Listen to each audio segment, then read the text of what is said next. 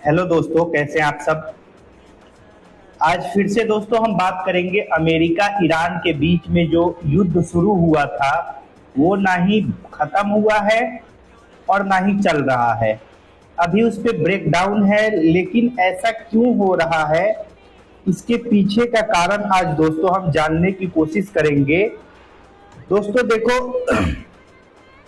Iran में ऐसा है कि ईरान के अब दो धड़े हो चुकी हैं। जब से आयतुल्ला खोमेनी का निधन हुआ, मारा गया जब आयतुल्ला खोमेनी, तो उसका बेटा तब से ही अंडरग्राउंड है, गायब है, क्या है किसी को नहीं पता। जब दुनिया सवाल पूछ रही है तो आईआरजीसी वाले कह रहे हैं कि अगर हम उसका वीडियो वायरल करेंगे या वीडियो इंटरनेट पे अपलोड करेंगे तो उसकी लोकेशन मिल जाएगी। उसके सिक्योरिटी, उसकी सुरक्षा के लिए हमने ऐसा कदम उठाया है कि हम कोई वीडियो नहीं डाल रहे हैं। आयतुल्ला खोमेनी का लौंडा, उसकी बात कर रहा हूं मैं दोस्तों। तो ये जो चल रहा है। हेलो दोस्तों, कैसे आप सब, welcome back to my channel. दोस्तों आज फिर से हम बात करेंगे अमेरिका ईरान के युद्ध के बारे में। दोस्तों आपको भी पता होगा, जब से ईरान और अमेरिका का युद्ध शुरू हुआ है, 28 फरवरी का वो दिन था जिस दिन अमेरिका और इजराइल ने ज्वाइंट ऑपरेशन किया ईरान के ऊपर।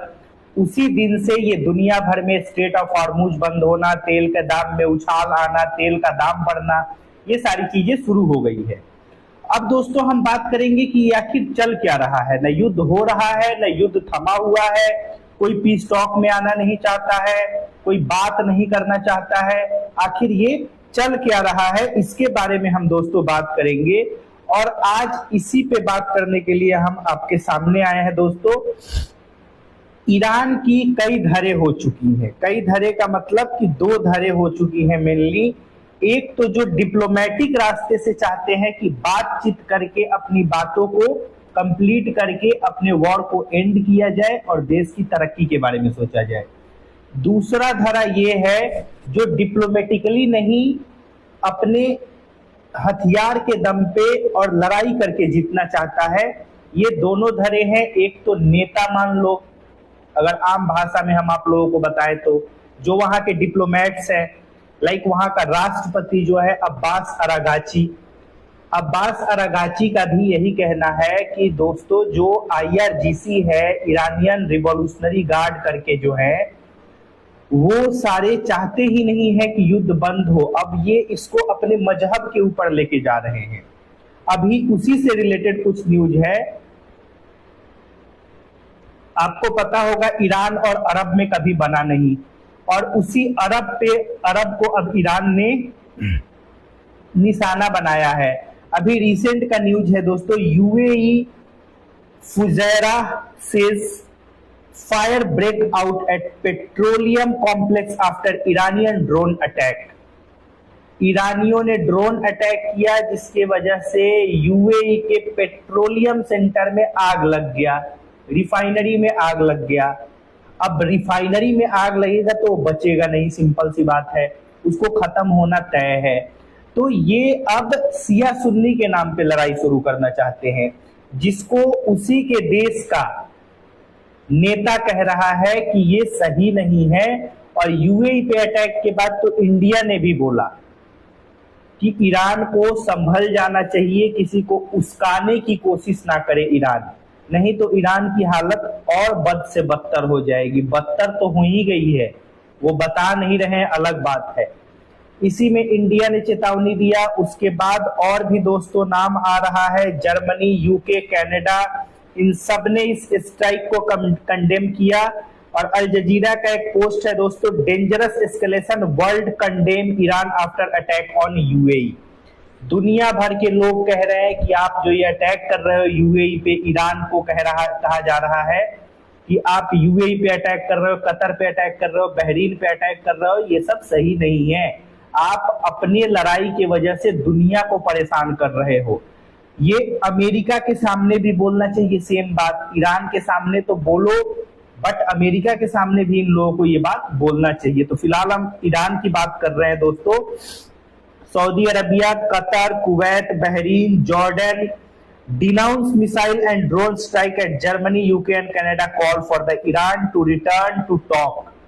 ईरान को साफ साफ सारे देश मिलके कह रहे हैं कि भाई साहब लड़ाई झगड़े में सबको पता है कि तुम जीत नहीं पाओगे।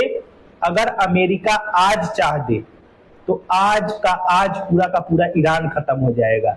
तो आप कहोगे कर क्यों नहीं रहा है अमेरिका? अमेरिका कर देना चाहिए ना, अगर कर वो वही तो चाहता है कि ईरान हार जाए, ईरान को हम जीत लें और ईरान में रिजीम चेंज हो जाए, यही तो अमेरिका चाहता है। आप लोगों का सवाल होगा, लेकिन नहीं, ऐसा नहीं है। डोनाल्ड ट्रंप ने साफ साफ मना किया है कि कोई भी ईरान के पेट्रोलियम इंफ्रास्ट्रक्चर पे, एनर्जी इंफ्रास्ट्रक्चर पे वॉर नहीं छेड़ेगा, कोई बमबारी नहीं होगी। ये बस इतना सा कह के, क्योंकि अमेरिका देखो यार दोस्त है लालची, अमेरिका है लालची। वो सोच रहा था कि अगर यहाँ पे रिजीम चेंज होता है तो ये जितना माल होगा, तेल पेट्रोल एनर्जी, ये सब पे हमारा कब्जा हो जाएगा, और जब हमारा कब्जा होगा तो हम अपने एंड से अपने तरीके से उसको चलाएंगे।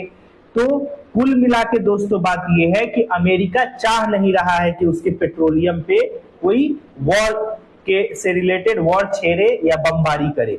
वैसे तो उसके पास B2 बॉम्बर है, चाहे तो एक बार में 100 बम गिरा दे, सारे के सारे आइलैंड जहां जहां से तेल के कुएं हैं सब खत्म हो जाएंगे, ईरान का पैसा आना बंद हो जाएगा, ईरान तेल बेचना बंद हो जाएगा, ईरान 2 मिनट में कोलैप्स कर जाएगा, खत्म।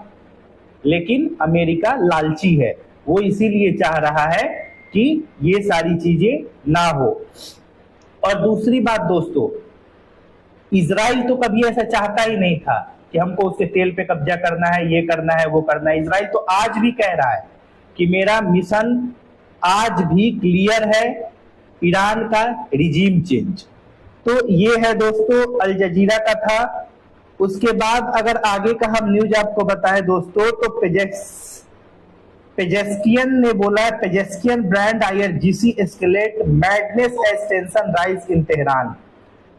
ये खुद बोल रहे हैं IRGC को। हमने बताया कि 2 धड़ों में बट गई है ईरान।